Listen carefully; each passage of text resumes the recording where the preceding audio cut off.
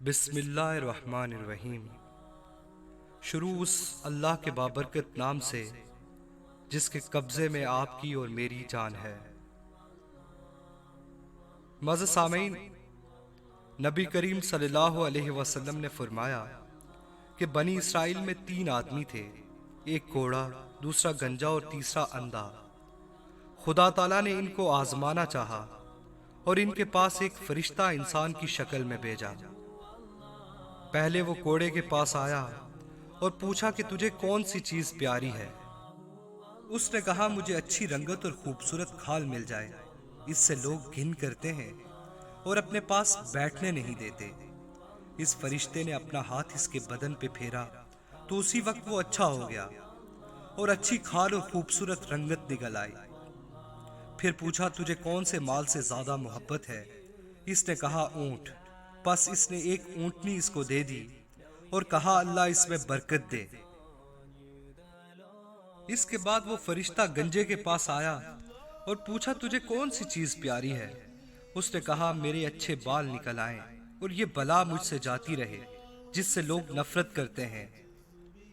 فرشتے نے اپنا ہاتھ اس کے سر پہ پھیر دیا، وہ فوراً اچھا ہو گیا اور اس کے اچھے بال نکل آئے۔ پھر پوچھا تجھے کون سا مال پسند ہے؟ کہا گائے۔ پس اس کو ایک گابن گائے دے دی اور کہا اللہ اس میں برکت بخشے۔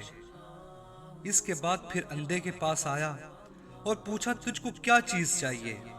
اس اندھے نے کہا کہ اللہ تعالیٰ میری نگاہ درست کر دے کہ سب آدمیوں کو دیکھوں۔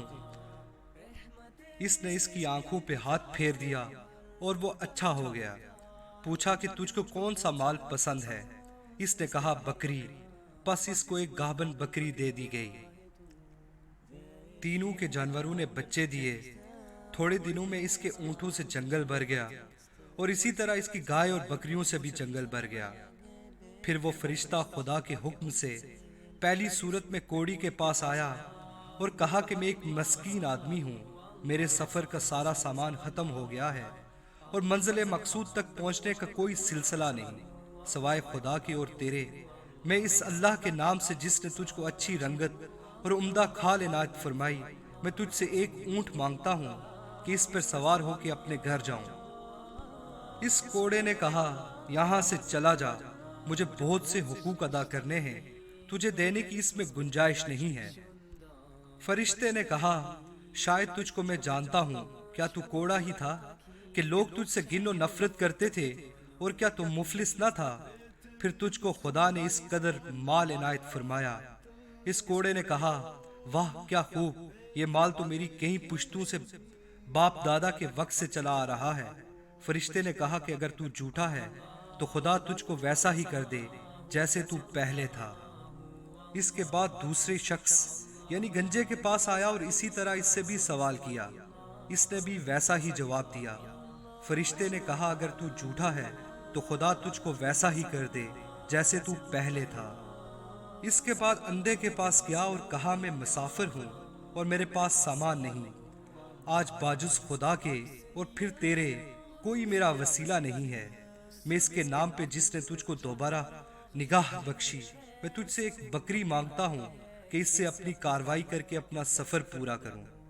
اس نے کہا بے شک میں اندھا تھا، خدا تعالیٰ نے محض اپنی رحمت سے مجھ کو نگاہ بخشی، جتنا تیرا دل چاہے لے جا اور جتنا چاہے چھوڑ جا، خدا کی قسم میں کسی چیز کا تجھ سے نہیں پوچھوں گا۔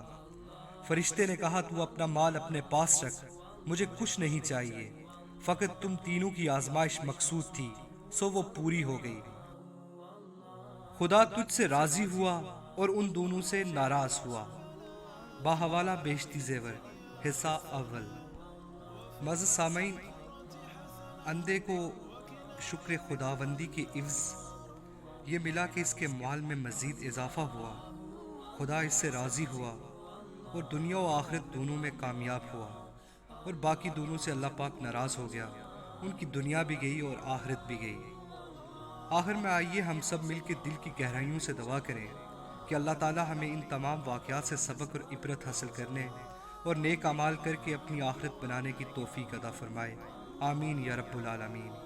پیارے دوستو، آپ تمام لوگوں سے التماس ہے کہ اگر آپ کو میرا چینل پسند آ رہا ہے تو میرے چینل کو سبسکرائب کرنا نہ بھولیے گا، اور پلیز لائک کر دیجیے گا اگر آپ کو کوئی بھی ویڈیو پسند آئے تو۔